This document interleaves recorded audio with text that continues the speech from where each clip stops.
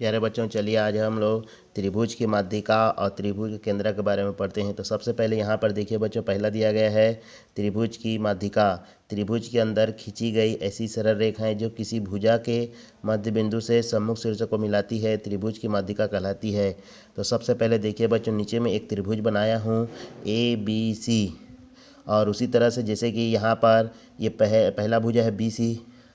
पहला भुजा क्या है BC, इसका मध्य बिंदु क्या माना F माना हूँ। उसी तरह से AC भुजा का मध्य बिंदु क्या माना D माना हूँ, और AB भुजा का मध्य बिंदु क्या माना हूँ A माना हूँ। तो सबसे पहले हम लोग क्या करेंगे, BC भुजा का जो मध्य बिंदु F है उसको इसके सामने में जो शीर्ष A है उससे मिला देंगे। उसी तरह से यहाँ पर AC भुजा का मध्य बिंदु जो D है उसको B शीर्ष से मिला देंगे।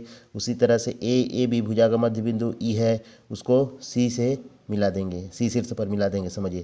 तो सबसे पहले यहाँ पर देखिए बच्चों, मैं पहले एप को A से मिला रहा हूँ। उसी तरह से AC भुजा का मध्य बिंदु D है, D को B से मिला दूंगा।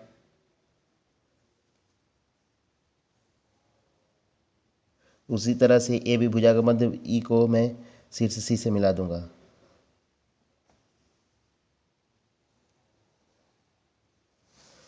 तो देखिए बच्चों, त्रिभुज के अंदर में हम लोग 3 ठो सरल रेखा खींचे हैं, और ये जितना भी जो सरल रेखा जो खींचे हैं वो भुजा के मध्य बिंदु से हम लोग स्टार्ट किए हैं और कहाँ पर जाकर मिला है, शीर्ष पर। उसी तरह से AC भुजा का मध्य बिंदु क्या है, D को हम लोग B से मिलाए।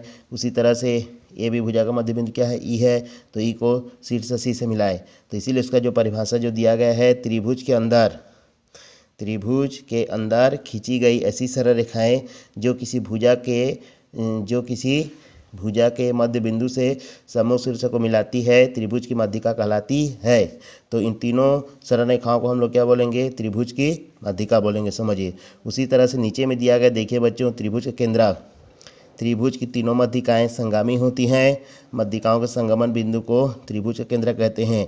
त्रिभुज की तीनों माध्यिकाएं जहां पर मिलेंगे, जैसे कि ये यहाँ पर G पर मिल रहे हैं, तो उसी को हम लोग क्या बोलेंगे, त्रिभुज का केंद्रक कहेंगे, समझिए। इसीलिए यहाँ पर नीचे में लिखा हूँ, देखिए बच्चों, त्रिभुज ABC का केंद्रक क्या है, G है।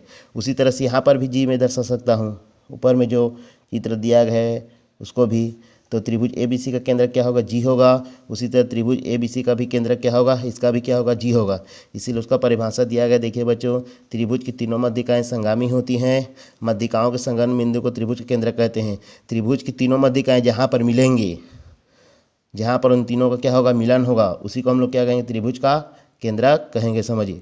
उसी तरह से लास्ट में दिया गया देखिए बच्चों, त्रिभुज के केंद्रक माध्यिका को 2 अनुपात में विभाजित करता है। त्रिभुज का जो केंद्रक जो होता है माध्यिका को 2 अनुपात में विभाजित करता है। 2 अनुपात का मतलब, जैसे कि A से लेकर G तक का मान अगर मान ली 6 सेंटीमीटर है, तो G से लेकर F तक का मान कितना होगा, उसका आधा होगा, समझिए। जैसे कि 6 का आधा कितना होगा, 3 होगा, उसको कटाएंगे तो कितना होगा, 2 अनुपात 1 होगा, समझिए।